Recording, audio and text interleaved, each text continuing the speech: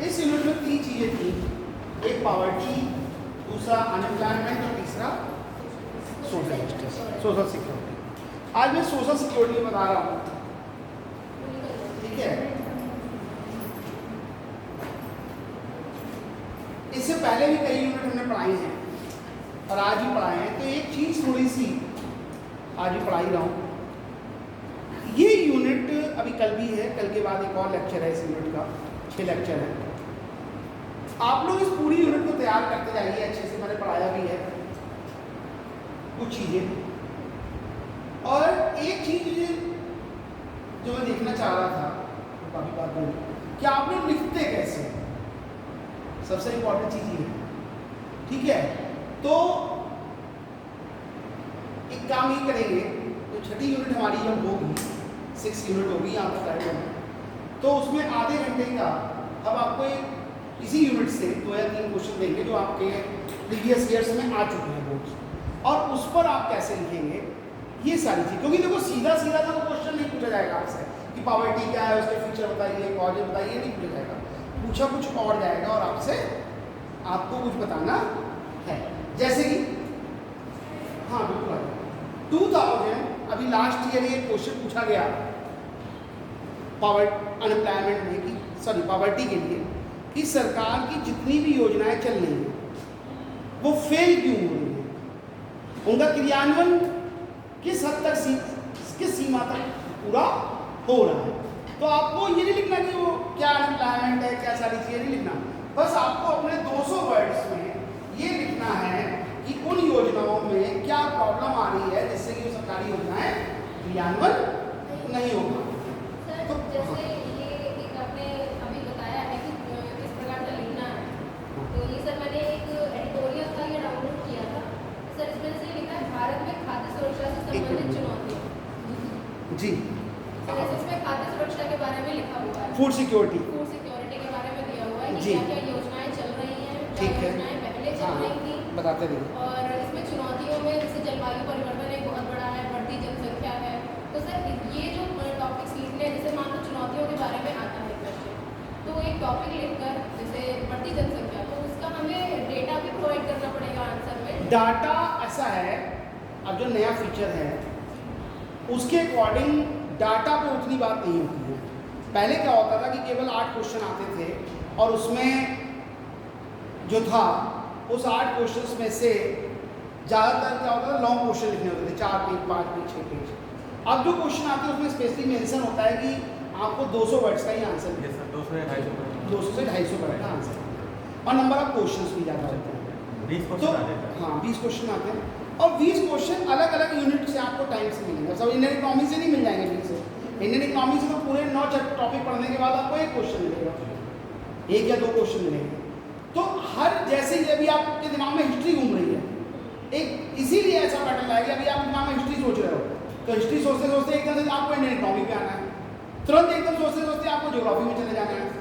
तो आप कितने तरह से अपने माइंड को एकदम फास्टली डाइवर्स कर सकते हैं, ये बेसिकली आपको जानना चाहते हैं। तो ज़्यादातर डाटा देखिए लिखना सही होता है, लेकिन बहुत ज़्यादा डाटा पर फोकस करके अगर आप कहो कि हमें लिखना है, जैसे कि आपने मैंने उस दिन बताया था कि आपने लिखा कि एक योजना चल रही है, अंत्योदय योजना चल रही है, तो अंत्योदय योजना में किस ईयर में आई और कौन सी मिनिस्ट्री चला रही है, बस इतना डाटा सफिशिएंट है। वर्तमान में उसमें क्या फ्यूचर चल रहा है, ये चीज़ बहुत ज़्यादा आपको डाटा की इसमें कितने परसेंट है, कितने लोगों को डिस्ट्रीब्यूट किया गया, यूपी में कितना डिस्ट्रीब्यूट किया गया, कितने बीपीएल लाइन पर लोग, इतना डाटा नहीं हमको लिखना है, ठीक है। लेकिन बेसिक सी बातें हैं कि जैसे कोई भी योजना है तो किस ईयर में है, कौन सी मिनिस्ट्री उसको चला रही है, उसके क्रियान्वयन कहाँ तक सफल हो पा रहा है, क्या क्या प्रॉब्लम्स आ रही हैं उसमें, ये बस केवल इतना सा हमारे पास मैटर होना चाहिए, ज़्यादा उसकी जरूरत नहीं है। जब आपको डाटा याद करना है कि यूपी में कितने परसेंट बटा, मध्य प्रदेश में इतना बटा, तो ना तो ये पॉसिबल है और ना ये आपको लिखना है। पहले होता था कि पहले आपको बहुत सारा डाटा का फैक्टर और सारी चीज़ें, अब इतना सारा वो नहीं करते, ठीक है। तो यही सब चीज़ें मैं देखना चाहता हूँ कि आप किस तरह से लिखेंगे। तो हम लोग, मैंने पहले इसलिए बता दिया कि अगर मान लो आपको छुट्टी में जाने वाला तो प्रोजेक्ट है, जो 6 पीरियड होगा हमारा, 6 लेक्चर होगा हमारा, कल है 14-15, अब 21 को होगा लास्ट लेक्चर इस यूनिट का। तो 21 को फिर हम लोग आधे घंटे का केवल आपका रखेंगे, ज़्यादा नहीं, उसमें 2 या 3 क्वेश्चन देंगे आपको, और उसमें आपके लिखने का मेथड भी देखेंगे और आपको बता देंगे कैसे आप उसमें और इम्प्रूवमेंट करके लिख सकते हो। इस बीच में आप ये कर सकते हो कि जो टॉपिक पढ़ाएगा उनको पढ़ लीजिए, और आजकल तो यूनिट नेट वगैरह की बड़ी अच्छी सुविधा है, तो उसमें आप देख सकते हैं कि जो ऑथर्स हैं वो किस तरह से हमें आंसर लिखते हैं। बहुत सारी चीज़ें नेट पे मिल जाती हैं, ठीक है। तो आप लिखने का ढंग भी देख सकते हो, थोड़ा हम भी बता देंगे आपको कैसे आप उसमें लिखना चाहिए। इसी unit only one this unit, poverty, climate and social. तो ये पिछला नहीं, पिछले तो बाद में हो जाएंगे, लेकिन अब हम अगले कोशिश ये करेंगे, अभी तो ये रखना है क्योंकि यूनिट हो चुकी है। अगले टर्न से ये रखेंगे कि पर डे लेक्चर के बाद हम, या हर लेक्चर के बाद, तो हर 2 दिन का लेक्चर होता है वेडनेसडे थर्सडे, तो वेडनेसडे थर्सडे में हर वीक में एक बार आपसे 8-10 क्वेश्चन प्री के या मेन के उसमें डिस्कस किया, मतलब कि आपसे देख लें कि आपको कितना कर पाया नहीं कर पाया, या लिखने का मेथड देखना है। जैसे स्टॉक चेंज में क्या लिखना है, स्टॉक चेंज तो बहुत सारी चीज़ें हैं, लेकिन स्टॉक चेंज में हम लोग बेसिक क्या चीज़ पूछी जा सकती है, वो सारी चीज़ें, उन क्वेश्चंस को, ये सारी चीज़ें करेक्ट करनी पड़ेगी, ठीक है। तो आप लोग इस यूनिट को खूब अच्छे से पढ़ना शुरू कर देंगे। जो प्रॉब्लम हो, अभी कल लेक्चर है तो कल भी पूछ सकते हैं, और फिर 21 को भी पूछ सकते हैं, ठीक है। चलिए, तो हम बात कर रहे थे सोशल सिक्योरिटी। देखिए, सोशल सिक्योरिटी का मतलब यह हुआ सामाजिक सुरक्षा। हमारे साथ प्रॉब्लम क्या है, आज सोशल सिक्योरिटी का मतलब जो है वो यहां पर ये इंपॉर्टेंट आता है कि किस तरह से हम अपने आप को सेव करें। लेकिन अपने आप को तो सेव कर ही लेंगे, या भाई पैसा कमाओगे तो बचाओगे, लेकिन सरकार आपकी सिक्योरिटी के लिए क्या क्या काम कर रही है। अब इसकी सोशल सिक्योरिटी में आता है, पहले हम इसके डीप में चले, है क्या चीज, क्या जरूरत है इसकी, जरूरत पे हम आ जाते हैं पहले, ठीक है, फिर बताते हैं, फिर आपको खुद ही समझ आएगा। देखिए, ऐसा है, जिस तरह से हमारे यहाँ माइग्रेशन शुरू हो गया है, 2 चीजें हमारे यहाँ बढ़नी शुरू हो गई है, और वो क्या शुरू हो गया है, एक न्यूक्लियर फैमिली कॉन्सेप्ट और दूसरा माइग्रेशन। जब ये बड़ी चीज बढ़ी, तब बात आई सोशल सिक्योरिटी की, सामाजिक सुरक्षा। तो सोशल सिक्योरिटी में क्या आया कि भाई हम अभी काम कर रहे हैं, मैं अभी हेल्थ हूँ फिलहाल, तो काम भी कर सकता हूँ, पढ़ा भी रहा हूँ, कॉलेज भी सैलरी दे रहा है, लेकिन अगर मेरे साथ कल कोई घटना घट जाती है, या एक एज के बाद 15 साल 20 साल बाद मुझे रिटायर होना है, अभी मेरी लाइफ अच्छी चल रही है, पैसा कमा रहे हैं, खर्च कर रहे हैं, लेकिन उस रिटायरमेंट के बाद हमारे साथ क्या स्थितियां होंगी, क्योंकि एज बढ़ने के साथ साथ इनकम कम होती है और खर्चे बढ़ते हैं। जैसे कि मैं अपना एग्जांपल अगर आपको देता हूँ प्रैक्टिकली, आप समझिए, जैसे मेरी एक पर्टिकुलर इनकम है, 2 बेटियां हैं, अभी वो प्राइमरीज में हैं और वो पढ़ रही हैं। क्या होगा, धीरे धीरे इनकम लेवल मेरा वही कांस्टेंट रहेगा, थोड़ा बहुत बढ़ेगा, डीए जितना बढ़ पाता है उतना बढ़ेगा, धीरे धीरे बढ़ेगा, लेकिन जो बच्चों की एजुकेशन लेवल तो भी बढ़ना है, उनके खर्चे बढ़ने हैं, उनकी मैरिज के बारे में खर्चे बढ़ने हैं, और मेरे साथ अभी मैं हेल्थ फर्स्ट हूँ, मेरे ऊपर एक खर्चा बढ़ना बीमारियों का। जैसे जैसे ऊपर की एज पे चलते जाएंगे, अभी मेरी दवाइयों का कोई खर्चा नहीं है, मैं भगवान दया से ऊपर वाले की दया है कि मैं बीमार नहीं होता, लेकिन आगे आने वाले टाइम में, आज से 15 साल बाद मेरे ऊपर बीमारियां हावी होने लगेंगी। 15 साल के मतलब समझता हूँ 10 साल के बाद ही, 50 की एज के बाद, ठीक है, 40 को मैं क्रॉस कर चुका, ठीक है, 50 की एज के बाद बीमारियां मुझे हैवी हो जाएंगी, फिर उनके लिए भी मुझे पैसा चाहिए, तो अर्निंग तो खत्म होती जाएगी, लेकिन पैसा कहाँ। अब क्योंकि मैं गवर्नमेंट सेक्टर से हूँ, ऑर्गेनाइज सेक्टर से हूँ, तो सरकार मेरा पूरा ध्यान रखती है, लेकिन अनऑर्गेनाइज सेक्टर क्या करे, वो रिक्शे वाला क्या करे, वो ऑटो वाला क्या करे, वो फैक्ट्री में काम करने वाला प्राइवेट सेक्टर का मैनेजर क्या करे, क्योंकि जैसे वो 2 महीने बीमार होगा, कंपनी तो उसे निकाल देगी, कंपनी की मुझे तो कोई मतलब नहीं, भैया आप बीमार हो गए बैठो, अब इनकम 0 और खर्चे हैवी। तो सरकार इसको हमें चाहिए होगी सोशल सिक्योरिटी। रिटायरमेंट हो गया, ठीक है। और क्योंकि हमारे यहाँ क्या चीज़ है, रिटायरमेंट के बाद हमको खर्चे और बढ़ते हैं। मैंने कहा ना बहुत सारे खर्चे बढ़ गए, हमें अपनी लाइफ के लिए भी। अब पेंशन मिलेगी तो कितनी मिलेगी? 2008 के बाद मेरा अपॉइंटमेंट है, मुझे पेंशन भी नहीं मिल रही है। तो जब पेंशन ही नहीं मिल रही है, हम अपनी लाइफ को कैसे सर्वाइव करेंगे? अब क्योंकि हम गवर्नमेंट सेक्टर से हैं तो चलो थोड़ा बहुत इतना पैसा कमा लेंगे, लेकिन अनऑर्गेनाइज सेक्टर जो है, तो बेसिक फोकस जब हम सोशल सिक्योरिटी की बात करते हैं तो हमको सबसे बड़ा फोकस करना है अनऑर्गेनाइज सेक्टर। अनऑर्गेनाइज सेक्टर में वो लोग आते हैं जो सेल्फ वर्क कर रहे हैं। जैसे कि मान लीजिए एक स्कूल में ही आपकी कैंटीन वाला है, कैंटीन चला रहा है, ऐसे कमा रहा है, चल रही है लाइफ। लेकिन अगर उसके साथ कोई घटना घट जाए तो वो कैंटीन वाला क्या करेगा? उसका तो सब गया। एक ऑटो वाला है, वो क्या करेगा? तो ऐसे ही एक आदमी अपना दुकान खोल के रेफ्रिजरेशन का काम कर रहा है, छोटा है, बड़ा व्यापारी नहीं, छोटे तरीके से काम कर रहा है, वो क्या करेगा? ये चीज हमारे साथ आती है, क्योंकि लाइफ बढ़ने के साथ साथ हमारी अर्निंग कैपेसिटी कम हो जाएगी, क्योंकि फिजिकल वैल्यू जितना हम आज भाग दौड़ करके मेहनत कर सकते हैं उतना नहीं कर पाएंगे। तो इसलिए हमें सोशल सिक्योरिटी की जरूरत पड़ रही है, सामाजिक सुरक्षा की जरूरत पड़ रही है कि कुछ ऐसा हमारे साथ हो कि अगर हमारे साथ कोई कंटीजेंसी हो जाती है तो हमको उसका फायदा मिले। अच्छा, इसके बहुत सारे कॉजेज हैं, क्योंकि सोशल सिक्योरिटी जो है एक तरह का, वो हमारा ह्यूमन राइट है, ह्यूमन राइट है। और इंडियन लेबर ऑर्गेनाइजेशन जो श्रम संगठन है जो अनऑर्गेनाइज सेक्टर के लिए काम करते हैं, वैसे तो बैंक एसोसिएशन है सबके, उनकी बात नहीं कर रहा मैं बात कर रहा हूँ अनऑर्गेनाइज सेक्टर के जो लेबर यूनियंस हैं, इंटरनेशनल लेवल पे है, नेशनल लेवल पे, वो लोगों ने भी कहा है कि ये बेसिक सिक्योरिटी है आपकी। बहुत सारे उन्होंने अपने नियमों कानून बनाए, रियल्स बनाए, उन लोगों को डिस्कस नहीं करना है। तो बेसिक चीज यहाँ पर आती है कि हमें कैसे हम वर्क करें, हमारे साथ क्या सिक्योरिटी है, फ्यूचर हमारा कैसे सेफ होगा। अब फ्यूचर तो आपका भी मिलना सेफ है, लेकिन आपको सेफ्टी बात नहीं हो रही, हमें उस सेफ्टी की बात हो रही है। हमें रिटायरमेंट के टाइम होगी, रेजिग्नेशन के टाइम होगी, अभी 2 साल कोरोना में छटनी हो गई, रिट्रेंचमेंट हो गया, निकाल के बाहर कर दिया कंपनियों ने, उनके साथ क्या होगा? किसी की डेथ हो गई, कोई डिसेबल्ड हो गया, मान लीजिए काम करते करते मेरे हाथ कट गए, अब क्या करेंगे? कंपनी तो रखेगी। तो ऐसी कंडीशंस में सरकार हमारे साथ क्या काम कर रही है? अनऑर्गेनाइज सेक्टर के साथ, ऑर्गेनाइज सेक्टर के साथ तो काम हो ही रहा है, अनऑर्गेनाइज सेक्टर के साथ भी क्या काम हो रहा है, इस पर भी हमको फोकस करना है। अब बात आती है, पहली चीज तो ये होगी कि इसकी जरूरत क्या है, सोशल सिक्योरिटी की आपको जरूरत क्या है, क्या करोगे सोशल सिक्योरिटी से? तो देखिए, सोशल सिक्योरिटी का वैसे तो अभी बताऊंगा बहुत सारे रीजन, बेसिक 2 रीजन हो रहे हैं।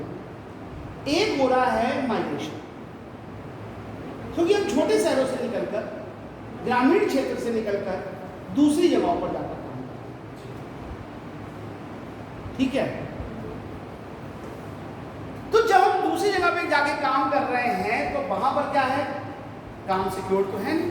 आज आप एक क्या कर रहे हो, दूसरे क्या नहीं कर रहे हो, फिर थोड़े दिन बाद आपको वहां से भी निकाल दिया जाएगा, फिर थोड़े दिन बाद और कहीं से, इस तरह से आप टर्नअप करते रहो। तो ये एक प्रॉब्लम आती है। अब बीच में मान लीजिए आज मुझे नौकरी से निकाल दिया गया, तुरंत दूसरी मिल नहीं जाएगी, या मेरे साथ कोई कंटीजेंसी हो गई तो हम तो बेकार हो गए। और दूसरा जो इसकी जरूरत पड़ रही है वो मैंने बताया न्यूक्लियर फैमिली कॉन्सेप्ट। न्यूक्लियर एकाकी परिवार, न्यूक्लियर फैमिली, एकाकी परिवार। होता क्या था छोटे शहरों में, सबसे बड़ा कारण यही है सोशल सिक्योरिटी का, और तो है ही, अभी उस पर भी डिस्कस करेंगे। होता क्या था कि पहले ज्वाइंट फैमिली कॉन्सेप्ट, संयुक्त परिवार में लोग रहा करते थे। अब पीछे वो छोटे शहरों में हम लोग घरों में भी रहते हैं। छोटे शहरों में रहने का क्या होता था कि भाई एक व्यक्ति है, उसके 2 बच्चे हैं, एक बेटा भी है मान लीजिए, सब लोग अपने संयुक्त परिवार में रहते हैं। उस आदमी को मालूम है कि मुझे रिटायरमेंट के बाद रोटी की प्रॉब्लम नहीं है, बेटा दे ही देगा, मेडिसिन की प्रॉब्लम नहीं है, बेटा इलाज करा ही देगा। अगर हम कुछ भी नहीं करेंगे, बेड पे पड़े होंगे, ऐसा तो नहीं है। हम लोग घरों में तो ऐसा नहीं होता कि फादर या ग्रैंड फादर आपके बेड पे पड़े रहे और आप बढ़िया होटलों में खाना खाते रहो, उनका इलाज भी ना करो, ऐसा तो नहीं होता। बड़े शहरों में भी होता है।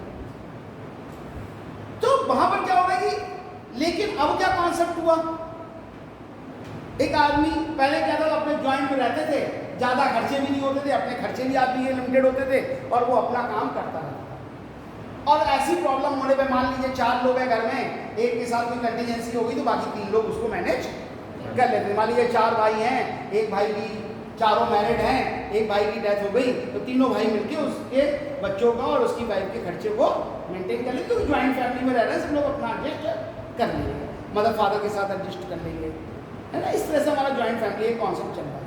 लेकिन प्रॉब्लम क्या हुई, अब हो रहा है nuclear family concept. Nuclear family concept में क्या है कि हर आदमी को अलग रहना है, ठीक है, क्या करूंगा, हर आदमी को अलग रहना है।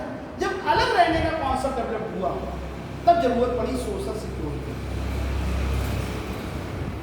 क्योंकि भाई बेटा तो कह रहा है कि भाई मुझे तो कोई मतलब नहीं है पिताजी, आपके एक चक्कर में मैं क्यों गाँव में आ रहा हूँ, मेरी जो नौकरी बेंगलोर में लग रही मैं तो वहां जाऊंगा। वो तो चला गया बेंगलोर, अब पिताजी यहाँ बीमार पड़े हैं, उनके पास पैसे नहीं है। शुरुआत के 1 महीने 2 महीने तो बेटा भेज भी रहा है, फिर सोचता यार कहाँ यार पिताजी को एक एक्स्ट्रा भेजो, यही खर्चे नहीं पूरे हो रहे हैं बेंगलोर में रहने के, हैदराबाद में रहने के, पिताजी को फ्री में पैसे भेजने पड़ रहे हैं, हमारा उनसे क्या लेना देना। उसकी बीवी कहती है कहाँ पिताजी चक्कर पड़ गए हो, अपने बच्चों को देखो। तब क्या हुआ, अब पिताजी किसके भरोसे हैं, बस यही प्रॉब्लम है। तो सोशल सिक्योरिटी सही कहा, सोशल सिक्योरिटी की जरूरत पड़ी कि भाई कुछ ऐसा सरकार ने कहा, ये अनऑर्गेनाइज सेक्टर, आदमी बेचारा काम कर रहा है, उसके साथ कोई कंटीजेंसी घट गई तो पहले ज्वाइंट फैमिली थी तो सब लोग उसके बच्चों को और सबको देख लेते थे। अब वो क्या होता है, मैंने एग्जाम्पल दिया 4 भाई और एक की डेथ हो जाती तो तीनों भाई मिलकर उसके बच्चों को पालन पोषण कर सकते थे। लेकिन अब प्रॉब्लम हो रही है कि सबको न्यूक्लियर फैमिली में रहना है, सबको अलग रहना है, तब वो कैसे मैनेज करेंगे, कैसे एडजस्ट करेंगे कि वो डेवलप हो जाती। यहाँ पर सोशल सिक्योरिटी की जरूरत है। सोशल सिक्योरिटी की सीधा सही आया तो जब हम सोशल सोसाइटी के वेलफेयर की बात करते हैं, सामाजिक कल्याण की बात करते हैं, तो सामाजिक कल्याण तब तक नहीं हो सकता जब तक सोशल सिक्योरिटी ना हो। जब हर आदमी को कोई दुख ना हो तभी तो लोग खुश होंगे। भाई आपके पास इलाज की पर्याप्त सुविधाएं हो, आपके पास खाने का सही सुविधा, आपको बंगला नहीं चाहिए। जब आपके साथ कोई रिटायरमेंट के बाद आप ये नहीं सोच रहे कि मैं विलॉज में रहना चाहते हैं, आप सोच रहे हो मेरे खाने की प्रॉपर व्यवस्था है।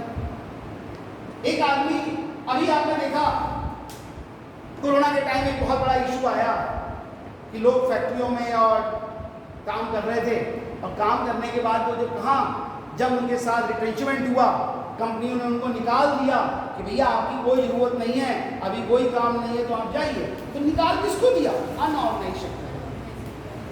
सरकारी कर्मचारी को क्या फर्क पड़ा,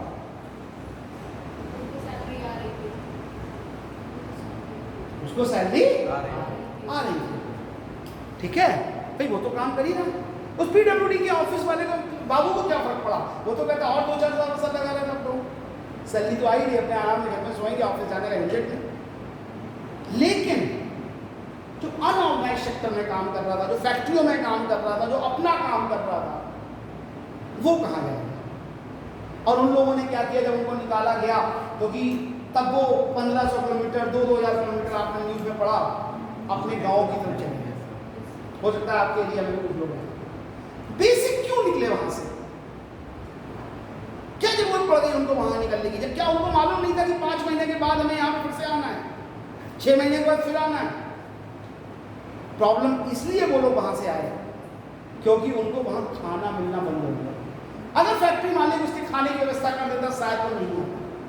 फैक्ट्री मालिक कहता कि चलो हम आपको 50% पे देते रहेंगे, हम नहीं आएंगे, और ऐसा हुआ। जिन फैक्ट्री ओनर्स ने अपने एम्प्लॉइज को एक रेम्युनरेशन, फूड और सारी सुविधाएं प्रोवाइड करा दी, वहाँ के एम्प्लॉइज नहीं आए। ये वो लोग चले अनऑर्गेनाइज सेक्टर के, जिनको अब कोई साधन नहीं बचा क्योंकि उनके पास मच सेविंग्स भी नहीं होती हैं। एक गरीब आदमी बेचारा काम कर रहा है, मान लीजिए आपके घर पे मिस्त्री आता है, मकान बना रहा है, अब वो क्या करेगा, कारपेंटर आ रहा है, मकान बना रहा है, आपका कपड़ा बना रहा है, उसके पास कितनी सेविंग्स होंगी, वो 1 महीना खा लेगा, 2 महीने खा लेगा, 4 महीने खा लेगा, और उससे कह दो कि 1 साल तक आपको कोई काम नहीं मिलेगा, कि खा पाएगा। सोशल तो सरकार तो ये कुछ प्रॉब्लम्स आएंगी, सोशल बेनिफिट हो ही नहीं सकता। बहुत सारे लोग इस तरह की प्रॉब्लम को फेस करते हैं। तो उनके स्टैंडर्ड ऑफ लिविंग को अप करने के लिए हमने क्या किया, एक सोशल सिक्योरिटी प्रोग्राम गवर्नमेंट ने इशू किया। बहुत सारे सोशल सिक्योरिटी प्रोग्राम हैं, अभी उनकी बात करेंगे। इसके अलावा जो सोशल सिक्योरिटी की जरूरत पड़ी, वो क्यों पड़ी, दो कारण तो मेन, इनको सबसे ज्यादा हाईलाइटेड आपको लिखना चाहिए। पहला रीजन तो ये आया कि पॉपुलेशन लेवल हाई होता चला जाएगा और इससे क्या होगा कि लोगों के पास खर्चे बढ़ते चले जाएंगे और सेविंग्स कम होती चली जाएंगी। और जब सेविंग्स कम होती चली जाएंगी, मैंने उस दिन भी एक एग्जांपल दिया था, मैं फिर एक एग्जांपल वही वाला दे रहा हूं कि मान लीजिए कि आपके फादर 10,000 रुपया कमाते हैं और आपके घर में 4 लोग हैं, तो आपके हिस्से में 2,500 रुपए आएंगे। पर ये 2,500 रुपए से आप कितना खाएंगे और कितना बचाएंगे, ये बड़ा प्रॉब्लम है। सेविंग्स तो होगी नहीं। घर में 5 लोग हो गए, एक और बढ़ गया, तब क्या होगा, ये इनकम 2,000 है, ये इनकम 2,000 रुपए, यानी कि लोग बढ़ते जा रहे हैं, हमारी इनकम कम होती चली जाएगी घर में जैसे मिल रहा है, कोई कमाने वाले लोग कम हैं। तो पॉपुलेशन लेवल बढ़ने के साथ साथ लोगों की खर्चे बढ़ रहे, सेविंग्स बची नहीं है। अब सेविंग्स बचेंगे नहीं तो कंटीजेंसी के टाइम काम कब आएंगे, कंटीजेंसी के टाइम काम कैसे आएंगे, तो ये हमारे लिए बड़ी प्रॉब्लम आ रही है। पॉवर्टी, गरीबी देखा बढ़ रही है, सरकार चाह रही है कि गरीबी देखा तो हटाएं और लोगों को अपलिफ्टमेंट का काम भी करें। कोई गरीब आदमी क्या बचाएगा, रोज के रोज तो खाने की रोटी नहीं मिल रही उसको, तो फ्यूचर के लिए क्या सेव करेगा। और कंटीजेंसी के टाइम वो क्या करता है, दूसरों से कर्जा ले लेता है और कर्जे में करता चला जाता है। तो इन सब चीजों को बचाने के लिए सरकार कुछ काम करे। राइजिंग इनइक्वालिटी बढ़ती चली जा रही है, रिच बिकम रिच और पुअर बिकम पुअर, ये भी एक बहुत बड़ा कारण कि जो गरीब होते चले जा रहे हैं, क्या हम उनको कुछ सिक्योरिटी सरकार नहीं दे सकती कि उनके साथ अगर कोई कंटीजेंसी हो तो पूरी की जा सके। अनएम्प्लॉयमेंट बढ़ रहा है, अनएम्प्लॉयमेंट बढ़ने से क्या हो रहा है कि लोगों के पास इनकम के साधन नहीं है। जब इनकम ही नहीं है तो सिक्योरिटी की बात ही कहाँ करेंगे, फ्यूचर कहाँ से सेव होगा। ये सारी प्रॉब्लम आ रही है, अनएम्प्लॉयमेंट की प्रॉब्लम आ रही है। एक और चीज आ रही है कि नंबर ऑफ पर्सन, हमने अभी बात की, ऑर्गेनाइज सेक्टर बढ़ रहा है। आज क्या बढ़ रहा है, अनऑर्गेनाइज सेक्टर बढ़ता चला जा रहा है। ऑर्गेनाइज सेक्टर क्योंकि जो इंस्टीट्यूशन है, आज आदमी क्या कर रहा है, सेल्फ वर्क करना है, प्रमोट कर रहा है। गवर्नमेंट भी आपकी प्रमोट कर रही है इंटरप्रेन्योरशिप को, मैंने उस दिन भी बात की थी। तो इंटरप्रेन्योरशिप में जो आदमी काम करने के लिए निकलेगा, खुद का काम करेगा, वो तो एक ऑर्गेनाइज सेक्टर का हो गया, उसके साथ कोई ग्रुप तो जुड़ा हुआ नहीं है। अनऑर्गेनाइज सेक्टर वो लोग हैं जो लोग किसी ग्रुप, असंगठित, जो संगठित नहीं है, जो किसी ग्रुप में काम कर रहे हैं, उनके साथ तो वो ऑर्गेनाइज सेक्टर के हैं। लेकिन जो किसी ग्रुप में काम नहीं कर रहे, वो क्या हो गए, अनऑर्गेनाइज सेक्टर। और अनऑर्गेनाइज सेक्टर में जब आप काम कर रहे हो तब आपके साथ सिक्योरिटी बिल्कुल नहीं है। भाई आपकी मान लीजिए दुकान है, आप यहाँ पे फ्रिज सही करते हो, आपकी छोटी सी दुकान हो, कल को बीमार पड़ गया तो दुकान तो बंद रहेगी, कोई ऐसा तो है नहीं पड़ोसी काम कर लेगा, ठीक है। तो ये प्रॉब्लम्स आ रही है। इसी तरह से रिस्क इन वर्क प्लेसेस पर रिस्क बढ़ रही है।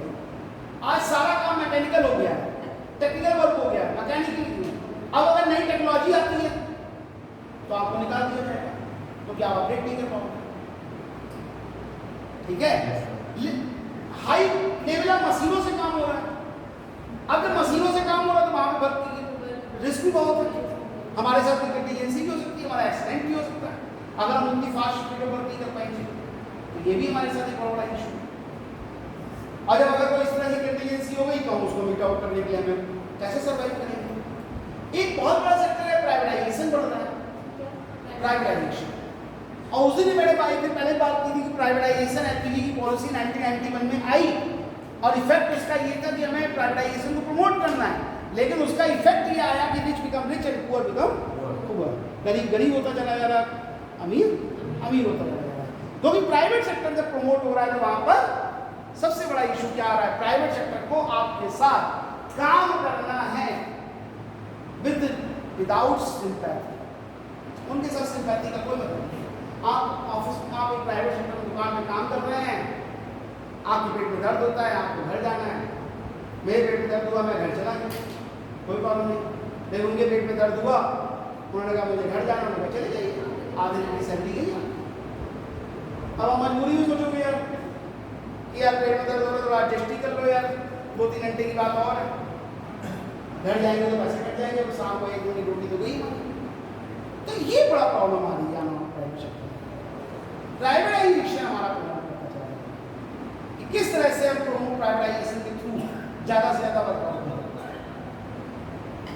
एक और रीजन इसका जो आ रहा है, जो मैंने इससे पहले बात की कि माइग्रेशन, इसका सबसे बड़ा फैक्टर आ गया कि माइग्रेशन हमारे साथ लगातार होता है। माइग्रेशन को कहते हैं प्रवर्जन ही कह सकते हैं। मतलब एक ऐसे समझ लो कि एक जगह से दूसरी जगह, जैसे गाँव से शहरों में लोग जा रहे हैं, प्रवासी माइग्रेटेड लोगों को कहते हैं। तो प्रवास करना हो गया, प्रवासन होता है।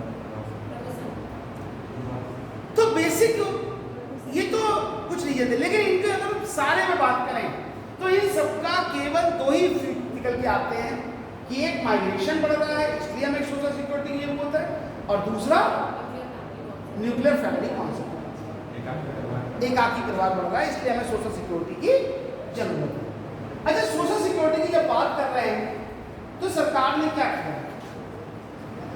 देखिए, सरकार ने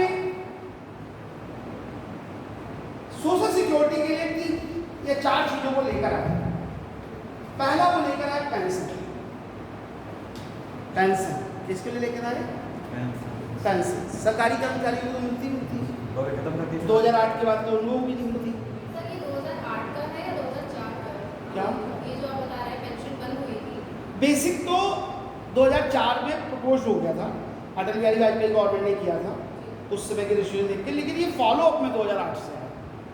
उसके बाद जो लोग जॉब मिलता है वो लोग 2004 से 2008 के बीच में जिनकी जॉब उनको मिलती रहती है अभी, ठीक है। क्योंकि हमारे सेक्टर में 2008 में, एजुकेशन सेक्टर में 2008 से वैकेंसी शुरू हुई थी, तो 2008 के बाद वालों को नहीं मिला। गलत है सर, ये गलत है, गलत है सर। नहीं, कर क्या रहे हो? पेंशन पे भी हम डिस्कस नहीं करेंगे, इतना बता दें कि पेंशन मिलने का तरीका दूसरा बना दिया है। पहले कंफर्म थी कि आपको इतने पैसे मिलेंगे, अब कंफर्म नहीं है, ऐसा मिलेगी तो भी, लेकिन वो कंफर्मेशन नहीं है। वो आपके पैसा काट के एक पर्टिकुलर अकाउंट में डिपॉजिट करते हैं, वहाँ से आपको हो सकता है कि आप हर महीने जमा करो और उसके बाद आपको पूरे रिटायरमेंट के बाद आपको 1500 रुपये महीने मिले सैलरी, आपको 2 लाख रुपये मिले थी। और ये भी हो सकता है कि आपको 1.5 लाख रुपये मिलने लगे, कोई फिक्स नहीं है, मिलेगी लेकिन फिक्स नहीं है। लेकिन चलो, ये तो गवर्नमेंट सेक्टर में हमें उससे कोई मतलब नहीं, बात हो रही है प्राइवेट सेक्टर की। प्राइवेट सेक्टर के साथ कैसे उसे पेंशन मिल गया, तो सरकार ने क्या किया? अनऑर्गेनाइज्ड सेक्टर के लिए अटल पेंशन योजना ऑफर की। उन्होंने कहा कि ठीक है, हम आपको पेंशन प्रोवाइड करेंगे। उन्होंने अटल पेंशन योजना स्टार्ट की, ठीक है। इसी तरह से उन्होंने प्रधानमंत्री व्यय बंधन योजना स्टार्ट की कि जो लोग 60 साल से ऊपर हैं उनको हम एक पेंशन देंगे। जो लोग 60 साल से ऊपर है, जिनके पास अर्निंग का सोर्स नहीं है। सर, अटल पेंशन योजना कब आएगी सर? अटल पेंशन योजना कब आएगी? ठीक है, पहले सारी चीज समझ लो, फिर लिखा तो बेसिक क्या हुई? व्यय बंधन योजना स्टार्ट की। भाई, जो लोग 60 साल से ऊपर हैं उनको हम कुछ पैसा देते हैं, लेकिन उनको तभी मिलेगा जब उनके पास कोई अर्निंग सोर्स नहीं है, कोई अर्निंग सोर्स नहीं है, ठीक है। तो उनको हम ये पैसा कुछ दे देंगे और जिससे कि वो अपनी लाइफ को थोड़ा सर्वाइव कर सके। बट इतनी लिटिल बिट अमाउंट एक उन्होंने बनाया, Indira Gandhi national old age pension plan. ये काफी पुराना है, ये भी वही है कि बीपीएल लाइन के नीचे जो लोग रह रहे हैं उनको केवल ये पेंशन, बीपीएल लाइन के नीचे रहने वाले 60 साल से नीचे रहने वाले लोग जो हैं, ये 60 साल हो चुके हैं, उनको हम पेंशन दिया।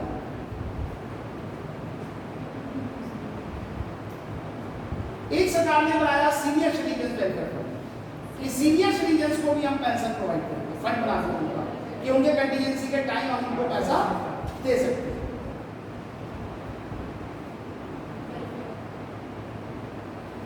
जी योजना बनाई, वो किसके लिए बनाई? स्पेशली मैं बात ही अनऑर्गेनाइज सेक्टर कर रहा हूँ कि ऑर्गेनाइज सेक्टर वाले तो सिक्योर है, उनको ज़्यादा जरूरत नहीं होती है, अनऑर्गेनाइज सेक्टर के लिए उन्होंने बनाई। ठीक है, आप पूछ रहे थे कब बनाई? 2015 में। 2014 में सरकार आने के बाद ही सारे काम हुए, 2015 में। एक सरकार ने राष्ट्रीय स्वास्थ्य बीमा योजना शुरू की, आपको हेल्थ केयर इंश्योरेंस हम प्रोवाइड करते हैं, हेल्थ इंश्योरेंस स्कीम स्टार्ट की। एक सरकार ने आम आदमी बीमा योजना स्टार्ट किया कि अगर आपको कोई डिसेबिलिटी होती है तो उसके कंडीशन में आपको पैसा मिलेगा। और एक सरकार ने स्टार्ट की जननी सुरक्षा योजना, जननी सुरक्षा योजना। इस पे आपको डिलीवरी केयर के लिए पैसा और ये सारी चीजें जो हैं वो आपको मिलता है। सर, एक मातृत्व वंदना योजना भी वही चीज उसी मॉडिफाई होगी हो सकती है। हाँ। अब ये जो सरकार ने बनाया, तो सरकार ने कहा भाई 3 चीजों की सुरक्षा हम आपको दे सकते हैं। उन्होंने क्या करें? उन्होंने कहा भाई सोशल सिक्योरिटी में हम केवल ऐसा कर सकते हैं, अब किसी का स्टैंडर्ड ऑफ लिविंग तो अपन नहीं कर सकते, हम उसे कंटीजेंसी के टाइम हेल्प कर सकते हैं। ठीक है, तो क्या हेल्प करना है भाई? उन्होंने कहा हेल्प करना है तो ऐसा करते हैं कि हम एक तो फूड की प्रॉब्लम उसकी दूर कर देते हैं और दूसरा मेडिकल की प्रॉब्लम दूर कर देते हैं। एक उसे खाना मिल जाए, एक उसे इंश्योरेंस मिल जाए, मेडिकल फैसिलिटी मिल जाए तो वो भाई मान लीजिए कि आपको 60 साल के बाद आपके पास कोई अर्निंग सोर्स नहीं है या आपको नौकरी से निकाल दिया गया, आपके पास कोई अर्निंग सोर्स नहीं है, तो आप क्या चाहोगे? आपको खाना मिल जाए, आपको अगर बीमार हो तो इलाज मिल जाए। अब ये तो नहीं चाहोगे कि हमारा डिश टीवी का कनेक्शन भी लग जाए, वो सरकार का काम नहीं है। आप कहोगे हमारा हम तो खाली बैठे रहते हैं, हम तो 60 साल हो गए, रिटायरमेंट हो गए, घर पे करें क्या? हमें टीवी देखना था, तो वो काम नहीं कर सकते। आपको खाने की और आपको सरकार ने इस तरह की फैसिलिटी बनाई। तो एक तो उन्होंने क्या किया कि जो योजनाएं बनाई, जैसे कि उन्होंने बनाया, उन्होंने कहा आयुष्मान भारत चला रहे। ये क्यों बनाया जा रहा है कि भाई ठीक है, गरीब लोग जो है जिनको मेडिकल फैसिलिटी नहीं मिल पा रही है, उनको हम कुछ मेडिकल फैसिलिटी प्रोवाइड करा देंगे और 5 लाख रुपए तक का उनका इलाज फ्री हो जाएगा। वरना गरीब आदमी क्या होता था कि अगर कोई बड़ी बीमारी आ गई तो बड़ी बीमारी को निपटने के लिए, मेंटेन करने के लिए वो कर्जा ले लेता था और कर्जा होकर पॉवर्टी की लाइन में फंस गया और फंसा ही रह जाता था। ये उसकी प्रॉब्लम है। एक बड़ी प्रॉब्लम आ रही थी जननी सुरक्षा योजना की, बात कर रहा हूँ, मातृत्व योजना इन्होंने बात की। इस सरकार के साथ दिक्कत थी, बहुत सारी भारत में जो रेशियो था वो लगातार बढ़ रहा था कि जो इस तरह की महिलाएं थी, ठीक है, उनका डेथ रेट रेशियो बढ़ रहा था क्योंकि उनकी अनसिक्योर्ड थी वो। उसका रीजन ये था कि या तो वो प्राइवेट सेक्टर में किसी अनट्रेन्ड लोगों के अंडर में कस्टडी में वर्क करा रही थी अपनी प्रेगनेंसी को, या फिर वो किसी और तरह से उस सुविधाओं को नहीं ले पा रही थी या उनके फूड की प्रॉब्लम थी, ऐसा नहीं। तो सरकार ने उनसे कहा कि ठीक है, अगर आपके साथ ये प्रॉब्लम है, आप डिस्ट्रिक्ट हॉस्पिटल आइए, किसी अपने जो भी रूरल एरिया हो स्वास्थ्य केंद्र आइए, अगर वहाँ से ट्रीटमेंट, अब ऐसा नहीं कि आप प्राइवेट सेक्टर में बड़े डॉक्टर से इलाज करा रहे हो, वहाँ भी आपको पैसा देंगे, आपको इन लोगों को सुविधा दें। तब सरकार ने आपसे कहा कि भाई हम आपको कितना 6,000 रुपया देंगे, लेकिन टुकड़ों में देंगे। भाई जैसे ही आपने अपना 3 महीने क्वालिफाई किए तब हम आपको थोड़ा पैसा दे देंगे, है ना, एक पार्ट अमाउंट दे देंगे, फिर आपका प्रेगनेंसी के टाइम थोड़ा पैसा दे देंगे, फिर उसके बाद फिर आपको हम आफ्टर प्रेगनेंसी आपको डिलीवरी आपको पैसा दे देंगे, जिससे कि आप अपना कुपोषण, क्योंकि होता क्या था कि बहुत सारी महिलाएं, डेथ रेशियो बढ़ रहा था कि लोग क्या कर रहे थे कि होता क्या था कि डिलीवरी के बाद या तो महिलाएं कुपोषण के शिकार हो जाती थी या उनका खान पान अच्छा नहीं होता, बेचारों की डेथ हो जाती थी, या पहले ही उनके साथ कोई कंटीजेंसी हैपन हो जाती थी। तो ये सिक्योरिटी, लेकिन ये प्रॉब्लम किसके साथ आ रही थी? ये प्रॉब्लम कोई रिच क्लास लोगों के साथ नहीं आ रही थी, क्योंकि उनके पास तो खाने के लिए बढ़िया है, उनके साथ हर सुविधाएं उपलब्ध है। लेकिन जो मिडिल क्लास लोग हैं, जो पॉवर्टी लाइन के लोग हैं, उनके साथ ये प्रॉब्लम आ रही थी कि उनके साथ सिक्योर सुरक्षा नहीं मिल रही। तो सरकार ने इस तरह से वर्क किया। सरकार ने रिटायरमेंट के बाद के लिए आपके लिए प्रधानमंत्री जीवन ज्योति बीमा योजना, मैंने उस दिन भी डिस्कस किया था, ठीक है, जीवन ज्योति बीमा योजना स्टार्ट की। कि भाई ठीक है 18 साल से लेकर 50 साल तक के इनफॉर्मल सेक्टर असंगठित क्षेत्र के लोग, अनऑर्गेनाइज सेक्टर के लोग ये इंश्योरेंस ले लीजिए। और आपको जब आप रिटायरमेंट होंगे या आपके साथ कोई कंटीजेंसी होगी, कोई डिसेबिलिटी होगी, तो आपके परिवार वालों को पैसा मिल जाएगा। तो 12 रुपये आपको जमा करने और 2 लाख रुपये आपको मिल जाएंगे। इसमें 436 है सर। अलग अलग स्कीम्स हैं, बता रहा हूँ सारी चीजें। प्रधानमंत्री सुरक्षा बीमा योजना ये 18 से 70 तक है। इस तरह से हम लोगों ने सारी चीजें हम लोग क्या चीज की वर्क किस तरह से हम लोग ले सकते, मैंने लिखवाया भी था उस दिन। अटल पेंशन योजना में सरकार ने क्या किया कि भाई ठीक है हम आपको पेंशन देंगे, लेकिन उसके लिए सरकार ने क्या किया कि 40 साल की एज तक एलिजिबल लोगों को रखा।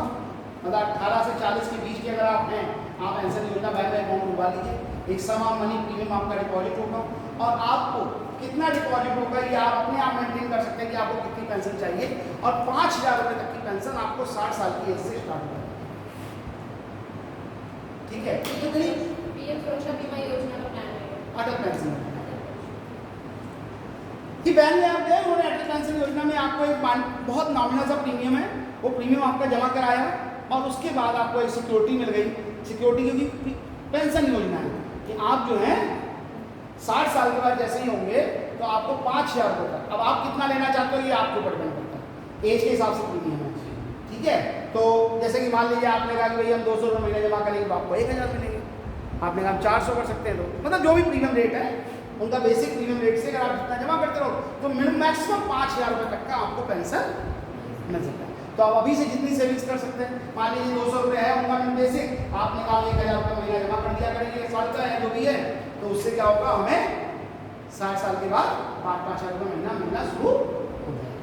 तो एक सुरक्षा होगी कि रिटायरमेंट के बाद भी हमें, अब ये तो आप समझ लीजिए कि जो 5,000 रुपये में आज ही आपके खर्चे पूरे नहीं हो रहे तो 60 साल के बाद क्या होंगे।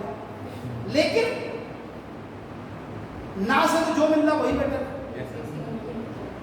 ठीक है, आप फूड तो अपने अरेंज कर ही लेंगे, कुछ और सुविधाएं जो होगी वो अरेंज कर सकते, जो भी हो सकता है। ठीक है, नथिंग इज बेटर। ठीक है, जो मिल रहा है वही बेटर है। तो वही चीज आ गई कि जो आपको है बेटा, पर कुछ भी बेटर नहीं है, कहते ना कि नथिंग कभी बेटर नहीं होता। बेटर क्या होता है, अंदर समझी होती कि जो मिल जाए वही बेटर है।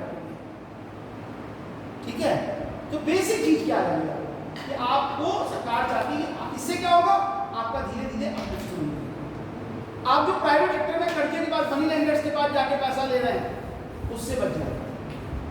आप जो प्रॉब्लम्स के साथ वर्क नहीं कर पा रहे हैं उससे बच जाएंगे।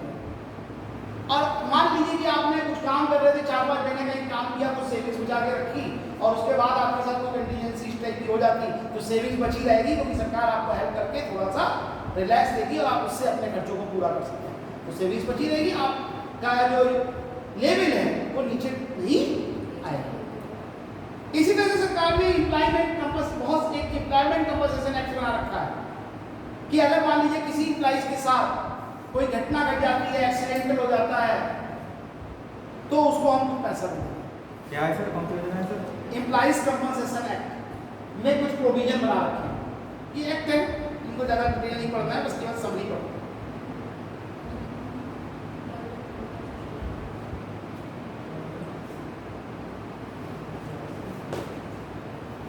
कब बना था सर ये, कब आया था?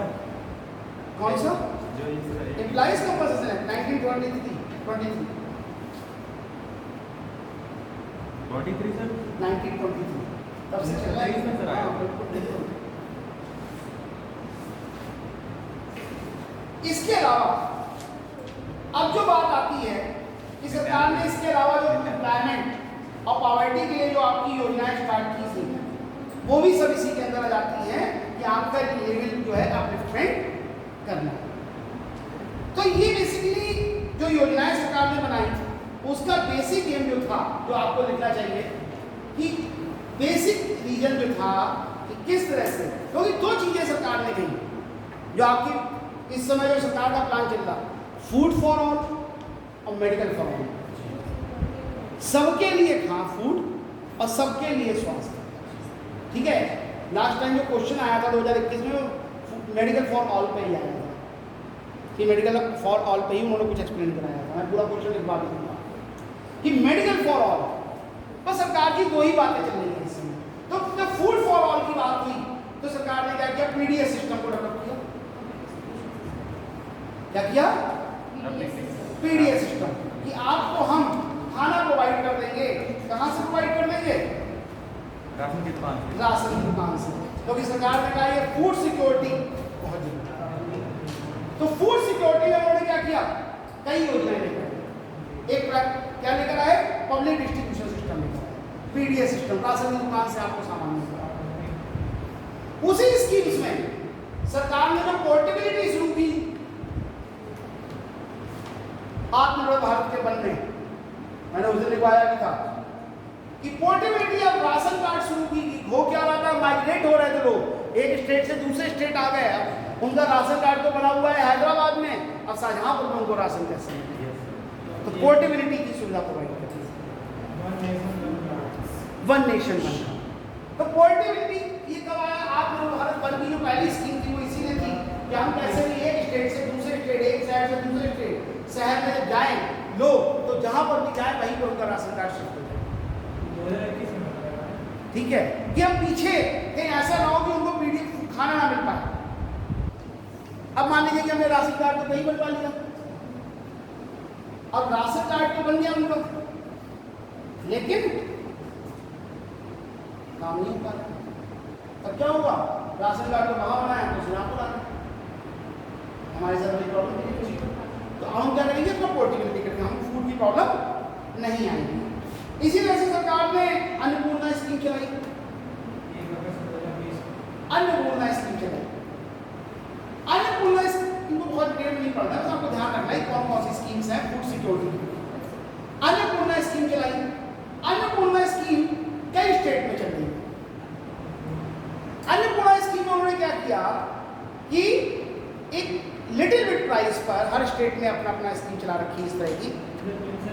आपको हाँ, जिनको पेंशन मिलती है उनको तो कोई सुविधा ही नहीं मिलेगी, क्योंकि आप सरकारी एक ही सुविधा तो ले सकते हैं, आप एक ही चीज़ से चार चार सुविधाएं नहीं मिलेंगी, वो तो जनरल सुविधा है। इसके अलावा भी कुछ लोगों ने अन्नपूर्णा स्कीम के नाम पर फूड भी प्रोवाइड करना शुरू कि राजस्थान में 5 रुपए में खाली, राजस्थान में 5 रुपये, बेसिकली 5 रुपये क्यों रखे गए? 5 रुपये वो सेल आउट नहीं कर रहा, 5 रुपये फूड हो ही नहीं सकता। ऐसा होता है कि कहीं पे फ्री में कोई चीज़ मिल रही होती है, तो एक मिडिल क्लास के लोग वहाँ पर लाइन में लगने में प्रॉब्लम नहीं आती है। उनको लगता है कि हमारा थोड़ा सा रिस्पेक्ट खत्म हो रही है, मुझे थोड़ा सा शर्म आ रही है, लोगों को वहाँ पे नहीं खड़े हो पाते हैं। 5 रुपये का देश ले लिए। ठीक है, लेकिन एक मिनिमम 5 रुपये दे के रखना था तो आदमी का ईगो हर्ट नहीं, उसको ये नहीं लगता कि हम किसी का फ्री में खा रहे हैं, हम दान का खा रहे हैं, उसको लग रहा है कि हम खरीद के। ठीक है, क्या होगा भाई? कितने लोग यहाँ पर बैठे हैं, अगर हम बात करें छोटी सी कि अभी जीएम कॉलेज के बाहर एक आदमी खाना बांट रहा है, पैकेट बांट रहा है, कितने लोग ऐसे हैं जो वहाँ पर जाके कहेंगे हमें नहीं दे दो? हैं? कभी नहीं लोगे, क्यों? जिस हिसाब से मतलब हमारे जरूरत के लिए होगा नहीं, जरूरत क्या, वो तो बांट रहा है ऐसे, ईगो हर्ट होगा सर, ईगो हर्ट। एक ईगो हर्ट। लेकिन वो आपसे कह रहा है कि ठीक है आप 10 रुपये दीजिए और खाने का पॉकेट में जा, तो अभी आप यहाँ निकलोगे और हो सकता है कि आपको भूख भी लग रही हो, इतनी देर से बैठे हो, तो वहाँ पर जाकर आप 10 रुपये देके तो उसे खा सकते। वो 2 रुपये बताया तो ठीक है खरीद के खा रहे हो, किसी का फ्री में तो नहीं खा रहे। एक ईगो हर्ट नहीं करता, इसलिए सरकार ने बड़े प्राइस रखा। ठीक है, तो हर स्टेट ने अपनी अपनी चला रखी। मैं हैदराबाद था, मैं हैदराबाद में एक कॉन्फ्रेंस था, हैदराबाद यूनिवर्सिटी, ओस्मानिया यूनिवर्सिटी के बाहर ही मेरी आदत थी हैबिट कि सुबह के टाइम में वहाँ पर वॉक पे जाता था मैं, तो वहाँ भी यही था। तो पहले तो मुझे समझ में नहीं आया, बड़ी लंबी लाइन लगी हुई थी, कम से कम होगी 300-400 मीटर की लाइन यहाँ से आपके कॉलेज गेट पर, और सुबह मेरे ख्याल से टाइम रहा होगा 6:30 या 7 के बीच का, क्योंकि मैं कभी भी किसी स्टेट में जाता हूँ तो मैं मॉर्निंग वॉक वहाँ पर जरूर जल्दी उठता हूँ, रिलैक्स तो नहीं, क्योंकि उससे मुझे पता लगता है उस स्टेट के लोग क्या करते हैं सुबह उठ के। ठीक है, एक पता लगता है। तो मैं देखा मुझे लंबी लाइन लगी, तो पहले मैंने सोचा यार पता नहीं क्या है यहाँ पे इतनी लंबी लाइन किस बात की लगी है, हो सकता है लेबर क्लास लोग हों। तो वो लेबर नहीं थे, अब ये कहो कि बेल टेस्ट हो, वो भी नहीं थे, लेकिन नॉर्मल लोग थे। तो मालूम होता कि वहाँ पे इडली और सांप मिलता है, वहाँ सुबह सुबह 5 रुपये देकर उनको इडली मिलती है। तो इतनी लंबी लाइन लगी हुई थी सुबह, लोग अपना वहाँ पे जो भी है, जो लेबर क्लास है, वो सोचता था कि सुबह को अपना ब्रेकफास्ट कर लिया एक नॉर्मल प्राइस में, वहाँ भी शायद 5 रुपये या 7 रुपये का ही प्राइस था, तो उन लोगों को 2 इडली और वो नारियल चटनी डाल के वहाँ पे सर्व कर। ऐसे राजस्थान में चल रहा है। ऐसे ही उत्तर प्रदेश ने भी अपने यहाँ कई जगह शुरुआत की थी, लेकिन वो उतना, जैसे कि हमारे यहाँ क्या है, अगर आपने देखिए शाहजहाँपुर में देख लो कि लोगों ने शुरू किया है, लेकिन गवर्नमेंट के सपोर्ट से बहुत सारी जो गवर्नमेंट हॉस्पिटल्स हैं, जितनी भी जगह आप जाएंगे वहाँ जितने भी पेशेंट्स होते हैं उनको फ्री ऑफ फूड प्रोवाइड किया जाता है। रीजन क्या है कि वहाँ पर लोग रह रहे हैं, वो पैसे, ये भी एक उसी के अंदर है, ठीक है। तो ऐसे बहुत सारी सरकार ने योजना, जैसे अन्नपूर्णा योजना में बताया, नेशनल फूड सिक्योरिटी एक्ट के अंदर ये सब की कि हर आदमी को भोजन मिलना ही चाहिए, ना फूड सिक्योरिटी एक्ट 2013 में जो आया था, उसका एक फूड था कि फूड फॉर ऑल, हर आदमी को खाना मिलना चाहिए। It is the duty of government to provide food for all, चाहे वो पॉवर्टी लाइन के लोग हों। और ये सब किसके अंदर स्कीम चलाई सरकार ने खाने के लिए? फूड सिक्योरिटी एक्ट 2013 में जो बनाई सरकार ने कि भाई सबको खाना मिलेगा, सबको फूड मिलेगा, और सबके लिए क्या बनाया? Medical facilities. लेकिन ये स्कीम जो है, जैसे मैं बताया, मैटरनिटी के बेनिफिट बनाई, ग्रेचुटी के लिए बनाया, जो प्राइवेट काम कर रहे हैं, पेंशन के लिए स्कीम सरकार ने बना दी। लेकिन ये सब चीजें, प्रॉब्लम्स क्या है, व्हाट आर द चैलेंजेस जो आ रहे हैं हमारे इन स्कीम्स को रन करने में? वो ये स्कीम्स गवर्नमेंट ने तो बना दी, लेकिन ये उतनी सर्वाइव नहीं हो पा रही है जितनी कि उनको होना चाहिए। तो क्या कारण आ रहे हैं कि ये सर्वाइव नहीं हो पा रही?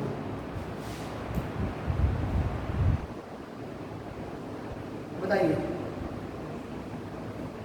सर, जैसे एक क्लाइमेट चेंज एक बहुत बड़ा रीजन है। जैसे इसी साल देखा जाए कि चावल के उत्पादन में बहुत भारी कमी आई है देश के अंदर, और उसके साथ ही साथ जो अंतर्राष्ट्रीय संबंध है, जैसे कि अभी यूक्रेन वॉर हो गया है, तो जिसके तो तहत यूक्रेन के बाद से हमारे ऊपर कोई फर्क पड़ा? सर बहुत बड़ा फर्क पड़ेगा पूरे, नहीं पड़ेगा या पड़ा है? सर अभी नहीं पड़ा है, लेकिन एक लॉन्ग रन में पड़ेगा क्या? सभी देशों पर, क्योंकि सर यूक्रेन एक यूरोपीय देश के अंतर्गत आता है, और जहाँ से अच्छा अन्न, जो मैं कहूँगी कि गेहूँ है, उसका बहुत बड़ा निर्यातक है यूक्रेन देश।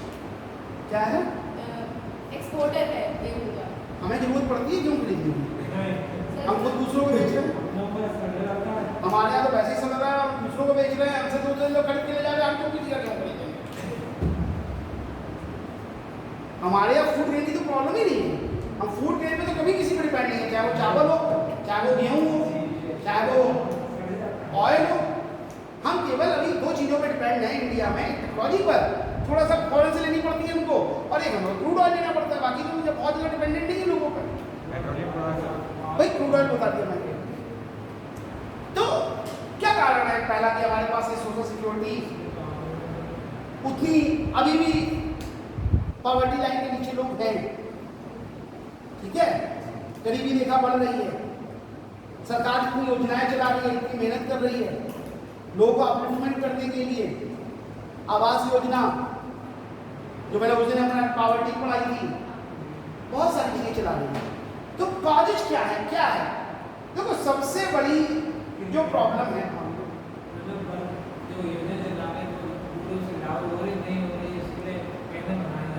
क्या बनाया जाए?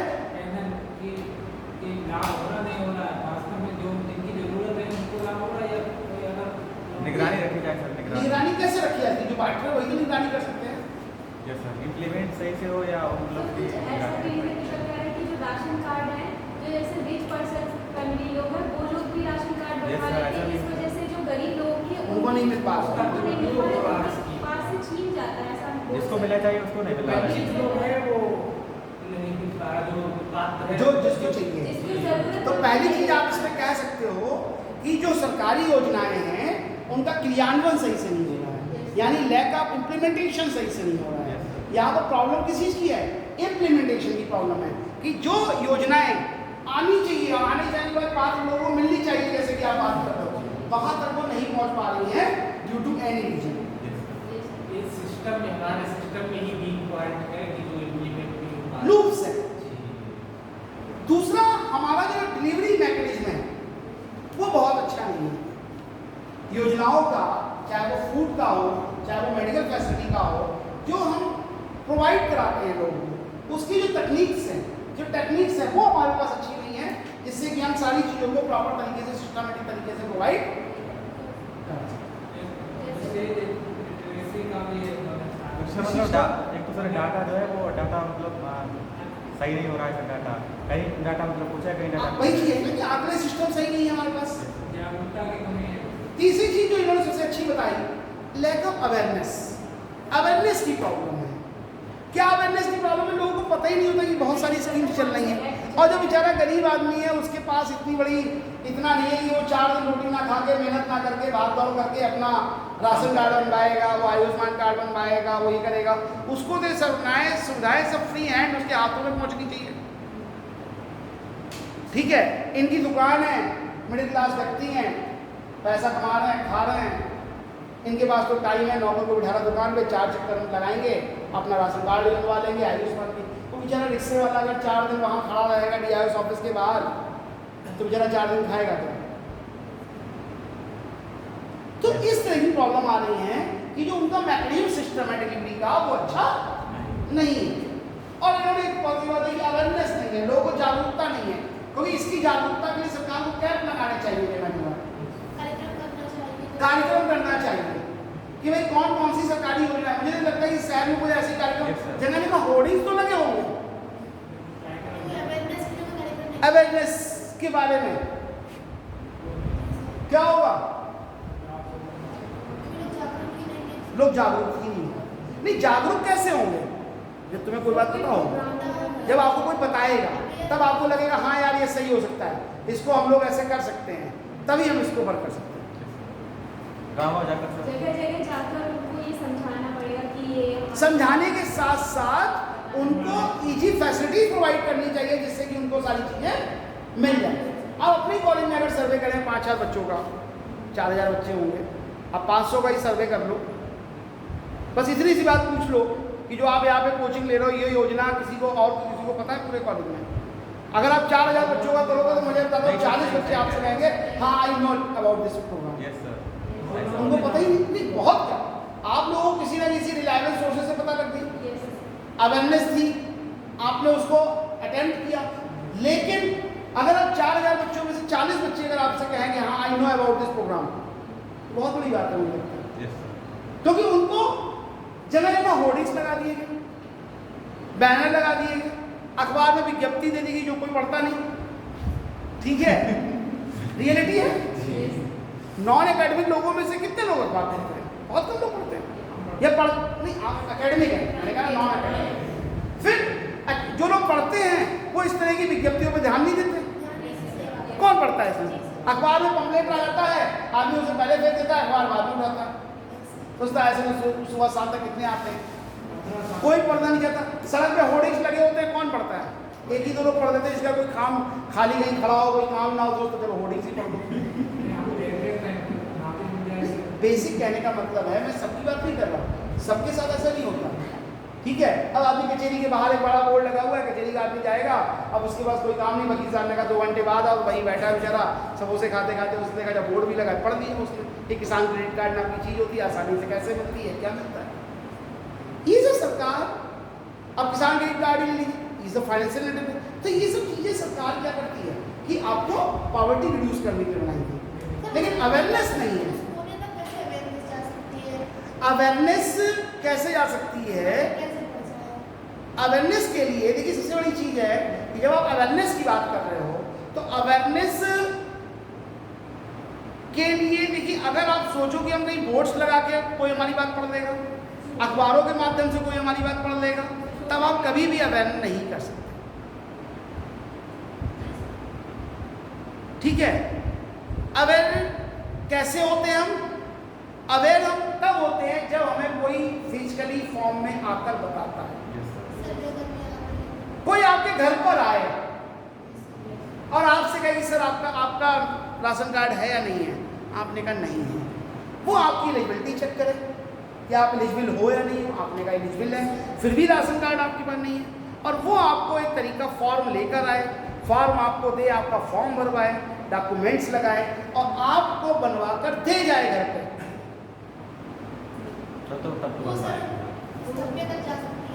तब जब राशन कार्ड तुम्हारे पास होगा तब आप तुम बताओगे, दूसरों को बताने की जरूरत ही नहीं, तुम्हारे साथ जो होगा वो सबके साथ होगा, तब आप जाके राशन ले आओगे। अब तुम्हारे पास तो है ही नहीं, अब तुम्हें तो वहां पे डीआरएस ऑफिस के 4 चक्कर लगाने। अवेयरनेस थोड़ी देर तो जानकारी नहीं थी कि पता नहीं हमें अब तुमसे ही पूछ लिया जाए, बताओ बीपीएल में आते नहीं आते, पूछ लो 10 लोगों से, 100 लोगों का सर्वे कर दो कि बीपीएल में आप आते नहीं, तो बता ही नहीं पाएंगे बीपीएल में आते भी नहीं आते। कोई गवर्नमेंट का क्राइटेरिया क्या है किसी को क्या पता? या 1286 रुपये महीने से कम कमाते हो शहर के अंदर तो बीपीएल के अंदर आ जाओगे। लेकिन बीपीएल को उसे आदमी को पता ही नहीं कि 12, उसे क्या पता कि बीपीएल में आते आदमी के कोई हम तो गरीबी आदमी है, क्या 10,000 वाले से पूछ लो। सर तो ऑफिशियल कंडीशन है शायद 44-45 हज़ार के समथिंग जो है ईयरली उनका जो है वो होगा मेरा जी। लेकिन बेसिक बात क्या है कि अगर आप लोगों से पूछें तो किसी को ये पता ही नहीं होता है, बहुत कम अवेयर लोग होते हैं जिनको ये पता होता है कि आप पॉवर्टी लाइन में आते भी नहीं आते। वो इतना बता देगा कि हम गरीब हैं, अब गरीब वही बताएगा जो 15,000 का महीना कमा रहा है। गरीब तो बता देगा, आदमी नहीं करे 15,000 कमाने वाला रिच हो गया, वो गरीब तो है लेकिन पॉवर्टी लाइन में आता नहीं आता है, उसको अंत्योदय योजना का लाभ मिल सकता नहीं मिलता, उसको आवास योजना का लाभ मिल सकता नहीं मिल सकता, ये उसको कौन बताएगा कि you are eligible for this और नॉट? ये अवेयरनेस की कमी है कि उसको ये बताना है। कुछ इसको जो हमारे यहाँ है इसको इम्प्रूव करने के लिए हमको क्या करना है कि कुछ ऐसे अवेयरनेस प्रोग्राम चलाए जाएं कि हर आदमी को उसकी एलिजिबिलिटी के बारे में पूरी तरह से बताया जाए, क्योंकि लोगों को पता, आप पूछ लीजिए, आपके जानने वाले बहुत सारे लोग होंगे, पीकर सेक्शन के बहुत सारे लोग होंगे, आप बस उनसे इतना पूछ लेना कि भैया तुम्हारी इनकम कितनी है और ये तुम पॉवर्टी लाइन में आते हो नहीं आते हो, तो इनकम तो भले बता देगा और ये भी बता देगा गरीब नहीं, लेकिन ये नहीं बता पाएगा गरीबी रेखा में आता है नहीं आता। हो सकता वो आता क्या इससे वाले गरीबी रेखा में आते हो तो कहेगा हमें नहीं बता दिया, राशन कार्ड मेरा बना हुआ है मान लो, अब राशन कार्ड बीपीएल वाला बना हुआ है कि अंत्योदय वाला बना हुआ है कि अपर क्लास वाला बना हुआ है, कौन सा राशन कार्ड में कमी है, पहले आय प्रमाण पत्र लगता था, नहीं लगते नहीं था, अब एक मिनट, राशन कार्ड में 3 प्रकार के होते हैं। हेलो, मोस्ट इंपॉर्टेंट देखिए प्रोग्राम इम्प्लीमेंटेशन सही से नहीं हो रही है अलग बात है, जब लोगों को अपने पास अवेयरनेस होगी तो इम्प्लीमेंटेशन हो रही है। गवर्नमेंट की योजनाएं फेल होने का सबसे बड़ा रीजन ये नहीं कि इम्प्लीमेंटेशन सही से नहीं हो रहा, अधिकारी काम नहीं कर रहा, सबसे बड़ी प्रॉब्लम ये आती है कि लोगों में अवेयरनेस नहीं। शिक्षा नहीं है, अशिक्षा है। वही चीज आ गई ना, शिक्षा है तो अवेयरनेस होगी नहीं, पढ़ा लिखा इंसान तो सबको ढूंढ लेगा, लेकिन अवेयरनेस कैसे? तुम तो नेट पर बैठ के ढूंढ लोगे हमें कौन कौन सी सुविधाएं मिल सकती हैं, ठीक है, उनको एजुकेटेड नहीं है, पता ही नहीं चल पाता है जब तक आप बताते नहीं हैं। जैसे कि आपको शायद मालूम हो ना मालूम हो, मैं ऐसे बता दूं आपको कि यूनिवर्सिटी का मिशन यूजीसी जो सारे विश्वविद्यालय चलाती है, सिंगल गर्ल चाइल्ड को 10,000 रुपये महीना तक देती है पढ़ने के लिए, स्कॉलरशिप भी देती है, लेकिन आधी से ज़्यादा मैं समझता हूँ कि 80-90% गर्ल्स को पता ही नहीं होता कि अगर वो सिंगल चाइल्ड है अपने घर में गर्ल्स है तो उनको कोई स्कॉलरशिप भी मिल सकती है वहाँ से गवर्नमेंट से, और एक हैवी अमाउंट मिलती है, 5 से 15,000 रुपये तक मिलती है उनको, और अभी भी चल रही है। तो इस तरह की अब ये क्या है, उन्होंने क्या किया, ऑफिशियल नोटिफिकेशन डाल दिया, साइट पर डाल दिया, न्यूज़पेपर में एडवर्टाइजमेंट दे दिया और उनकी ड्यूटी कर। लेकिन आपके अंदर अवेयरनेस होनी चाहिए कि आपको मालूम होना चाहिए कि कौन कौन सी सुविधाएं मिल सकती है। ये सरकार कह रही है कि बीपीएल लाइन है तो लोगों को अंदर कुछ जागरूकता पड़े, अपने चेक करेंगे हम बीपीएल में आते नहीं आते, हमारा राशन कार्ड बनना है तो कौन सा बनना है, बीपीएल बनना है नॉन बीपीएल बनना है। हम आयुष्मान सरकार ने कहा 26 सितंबर से शाहजहांपुर का 26.8% केवल डाटा आयुष्मान भारत का पूरा हुआ है। सरकार चाहती है जितने लोग पात्र लोग हमें आयुष्मान कार्ड बनने हैं उसमें से कल का मैं न्यूज़पेपर पढ़ रहा था, शायद आपने पढ़ा हो, 26.8% लोगों ने केवल आयुष्मान कार्ड बनना है और 26 सितंबर से सरकार फिर से इस पे काम कर रही है। इसकी डेट बढ़ा दी गई 30 सितंबर तक, अब तो 26 सितंबर से सरकार फिर काम कर रही है, हमें शाहजहांपुर का टारगेट पूरा करना है। लेकिन अब आयुष्मान भारत में कौन एलिजिबल लोग हैं ये नहीं पता लगता लोगों को। भाई आपने सोचा मेरे घर पे नाम आएगा, लिस्ट आएगी, लिस्ट में मेरा नाम आएगा, मेरे घर पे स्लिप आएगी तो हम बनवा लेंगे, लेकिन तुम्हें पहले से पता होना चाहिए you are eligible for this, और जब एलिजिबल आपको पता होगा तो आप वहां जाकर अपना नाम ऐड करा लेंगे कि मुझे क्यों नहीं फैसिलिटी मिल रही है जब ये सुविधा आपको मिल सकती है। तो इम्प्लीमेंटेशन क्यों नहीं हो रहा है इसका, सोशल सिक्योरिटी प्रोग्राम्स का या पॉवर्टी प्रोग्राम्स का या एम्प्लॉयमेंट प्रोग्राम्स का, कि हमको बहुत सारी योजनाओं की अवेयरनेस नहीं है। और एक और चीज आती है कि जो हमारा डिलीवरी इंफ्रास्ट्रक्चर सिस्टम है वो भी उतना डेवलप नहीं है। मतलब हम लोग टेक्नोलॉजी यूज कर रहे हैं या फिर जो हमारा डिस्ट्रीब्यूशन सिस्टम है वो प्रॉपर नहीं है कि किस तरह से हमें वर्क करना है। जैसे उन्होंने कहा आवास योजना का हमें देना है, तो उन्होंने कहा भाई आवास योजना में क्या होगा, रेंडमली लॉटरी से नाम निकाले जाएंगे और जिसका नाम आएगा उसको आवास मिलेगा। It is not a system, ये कोई सिस्टम नहीं हुआ। कुछ ऐसा सिस्टम डेवलप करना चाहिए जो आप लोग सोच सकते हैं क्या हो सकता है कि किस तरह से हम लोगों को वर्क करें, किस तरह से सुविधाएं लोगों पर पहुंचाई जा सके। ये बड़ा इस बार लगता है। तो सोशल सिक्योरिटी पर सबसे बड़ी चीज आती है कि जब सोशल सिक्योरिटी की बात आती है तो आपको दो चीजों में सबसे ज्यादा बताना है कि सोशल सिक्योरिटी का मतलब केवल एक दो लाइनों में आप लिखिए पॉइंट्स में कि सोशल सिक्योरिटी का मतलब ये है कि जब किसी व्यक्ति के साथ रिटायरमेंट के टाइम, रिट्रेंचमेंट के टाइम, कंटिजेंसी के टाइम, डिसेबिलिटी के टाइम, अपंगता के टाइम के समय उसके साथ जो उसको रिसोर्सेज चाहिए वो सारी चीजें उसके साथ जो घटना हो, जो उसके साथ प्रॉब्लम आती हैं उनको मेंटेन करना चाहिए। और इसके लिए सरकार दो चीज़ों पे सबसे ज़्यादा काम कर रही है।